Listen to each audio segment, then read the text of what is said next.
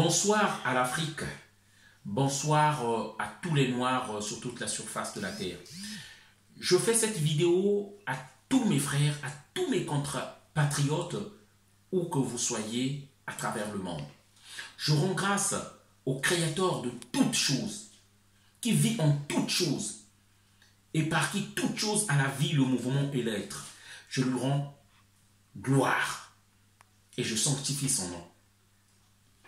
Et je rends aussi hommage à nos ancêtres qui se sont sacrifiés, qui sont morts pour notre liberté que nous avons aujourd'hui.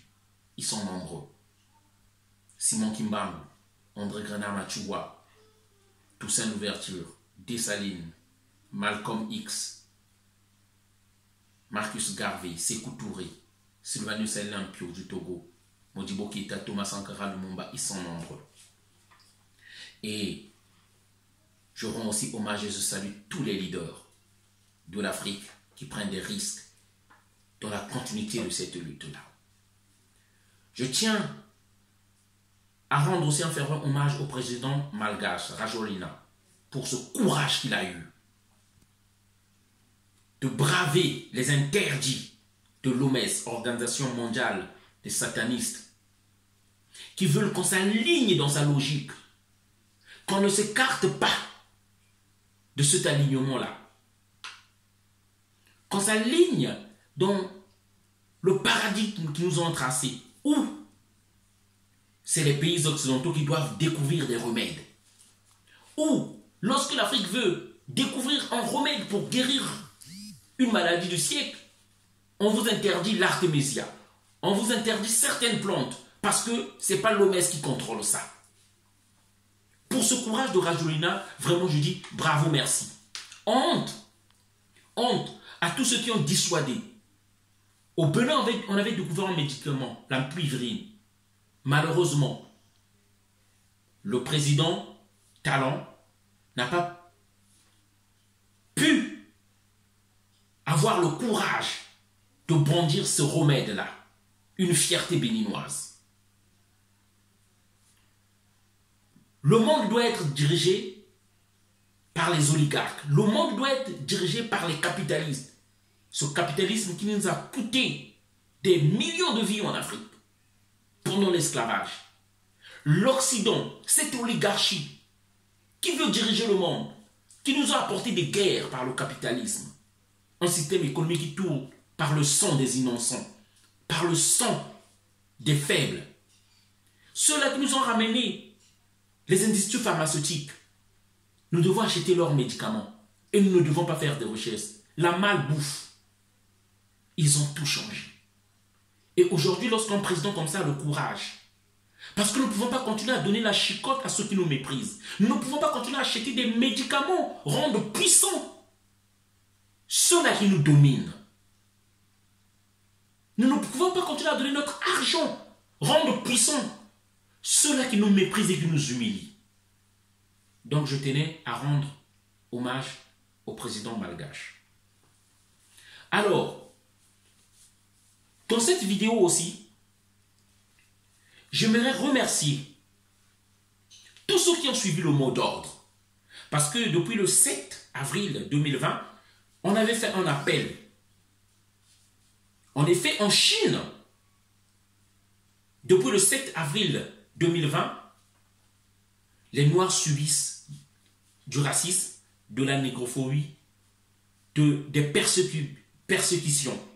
Ils sont interdits de rentrer dans les pharmacies, ils sont interdits de rentrer dans des magasins, dans des restaurants, dans des centres commerciaux, même dans leur domicile, pour pouvoir y dormir. Et le plus grave, le restaurant célèbre McDonald's s'y est prêté au jeu, y a participé. Et c'est pourquoi j'avais demandé à tous les Africains, à tous les Noirs du monde, au nom de nos ancêtres qui sont morts pour ces humiliations, pour le racisme inventé par les oligarques occidentaux, de boycotter les restaurants chinois, de boycotter les magasins chinois, de boycotter McDo. McDo s'est excusé le 14 avril. Mais les excuses On n'en veut plus. Lorsque la journaliste qui s'était permis de hiérarchiser les souffrances des crimes, la Shoah et l'esclavage, lorsque nous nous sommes indignés, elle a demandé des excuses. Lorsque les deux professeurs ou les médecins qui ont réagi sur LCI ont parlé d'aller utiliser les Africains tels des cobayes, on a soulevé un tollé, ils se sont excusés. Les exemples sont légion. C'est facile de s'excuser. Ils vont encore recommencer prochainement. C'est pourquoi nous disons maintenant c'est des sanctions. Et pour tous ces Africains qui n'ont pas reçu ce message-là, maintenant vous êtes informés. Parce que j'ai reçu des vidéos, en effet, où on a vu des Noirs, des Africains faisant la queue attendant le McDo. S'il vous plaît, il en va de notre dignité. Nous n'allons pas suivre tout ce qu'ils vont nous dire. Que ça ne sert à rien tout ça. Si ça sert à quelque chose, c'est nous frappons au portefeuille. S'ils ne nous voient pas dans des McDo, ils vont se poser des questions. Et nous avons dit, dès maintenant, un mois après le confinement, jusqu'à ce qu'ils se rendent compte que les Noirs commencent à se raréfier dans les McDo, nous ne mettrons plus pied là-bas, nous et nos enfants. C'est ce que nous avons dit. Et je remercie tous ceux qui ont suivi le mot d'ordre et ceux qui surtout ont partagé la vidéo. Je vous remercie. Alors, ma fille a un message à faire passer rapidement à tous les enfants de son âge. Voilà, elle a 7 ans. Daisy, tu as quelque chose à dire? Oui. Voilà. Je m'appelle Daisy. Je suis la fille d'impérateur l'homme du métro. Mon père m'a parlé du racisme et de la négrophobie en Chine. Et le restaurant McDo a participé à interdire l'entrée aux Noirs. J'appelle à tous les enfants noirs à boycotter McDo, les restaurants ainsi que les magasins chinois pendant un mois. Merci tous pour la dignité de l'homme noir. Merci tous pour la dignité de l'homme noir. Voilà le message qu'on voulait faire passer. Faites passer ce message partout. Il est temps, par notre solidarité, par notre unité, par notre organisation. C'est ce que a fait Martin Luther King lorsqu'on interdisait des Noirs de s'asseoir sur des places dans les bus. Ils avaient marché pour se faire entendre. C'est ce qu'avait fait Gandhi, a demandé à son peuple, même si certains, nous savons que Gandhi n'avait pas toujours des bonnes idées envers les Noirs. Mais nous disons c'est ce qui compte, c'est le geste qu'il avait fait pour son peuple.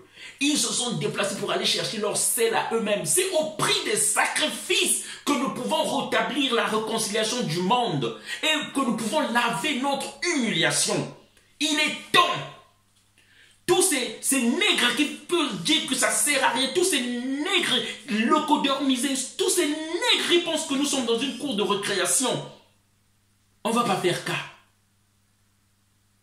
Soyons vraiment fermes. Soyons durs avec nous-mêmes, mais faisons-le. Alors, avant de terminer cette vidéo, mes pensées vont, depuis que cette crise de Covid-19, depuis que nous sommes reclus dans nos maisons, depuis que nous sommes confinés dans nos maisons, mes pensées vont à nos frères, les sans-papiers. Mes pensées vont à nos frères immigrés. Il faut savoir, après le confinement, il y aura une crise. Déjà, 246 000 qui se sont inscrits au pôle emploi comme demandeurs d'emploi, soit une hausse de 7%. Actuellement, en France, on est 66 millions. Chaque année, la France régularise entre 230 à 250 000 titres de séjour. Sur ces titres de séjour, il y a entre 100 000 à 130 000 demandeurs d'asile. Parmi les demandeurs d'asile, la France souvent ne prend que 70%. Pardon. Ne prend que 30%. Entre 100 et 130 000. Donc les 70% qui restent là, entre 80 000, ils n'arrivent à expulser que 12%, soit à peu près 15 000 à 18 000 personnes qu'on renvoie dans leur pays chaque année. Donc les 70% qui restent là, ils sont sans papier. Beaucoup travaillent parfois avec, parce que les renseignements généraux savent tout, travaillent parfois avec les papiers de leurs frères pour se faire une vie. Beaucoup n'ont pas de solution. Ils vivent parfois à la famille. Et là-bas aussi, ils sont parfois jetés à la porte. Nous connaissons cette réalité. D'autres travaillent avec des papiers d'un ami, d'un frère. Et parfois, pour leur donner leur argent, c'est difficile. Moi, je pense à toutes ces personnes-là qui souffrent. Il est temps, Africains, que nous rejetons toutes ces mauvaises habitudes et que nous affichons une solidarité entre nous, vraiment. Et ça doit commencer maintenant. Moi, j'ai pensé à eux. Les difficultés qu'ils ont à payer les chambres, ceux qui vivent dans des chambres qu'ils ont louées. Si nous pouvons les aider, même avec des kits alimentaires. Nous pouvons organiser des distributions. On dit à Grigny, on leur donne rendez-vous, le jour et l'heure. Ils seront là. On peut dire on sera à Corbeil tel jour. Je le dis au nom de RASA, notre association. Le Rassemblement des Africains et des Afro-Caraïbéens pour la souveraineté de l'Afrique. Rassemblement des Africains et des Afro-descendants pour la souveraineté de l'Afrique, RASA. Si vous êtes intéressé par rapport à ce que je suis en train de dire, si vous êtes solidaire par rapport à cette idée que je suis en train de donner là, nous allons ouvrir une cagnotte pour pouvoir acheter des kits alimentaires, pour pouvoir aider ceux que nous allons aider, que ce soit 30, que ce soit 50 personnes, que nous donnerons rendez-vous, qui pourront s'inscrire à une liste que nous allons mettre sur le net et qu'ils viennent.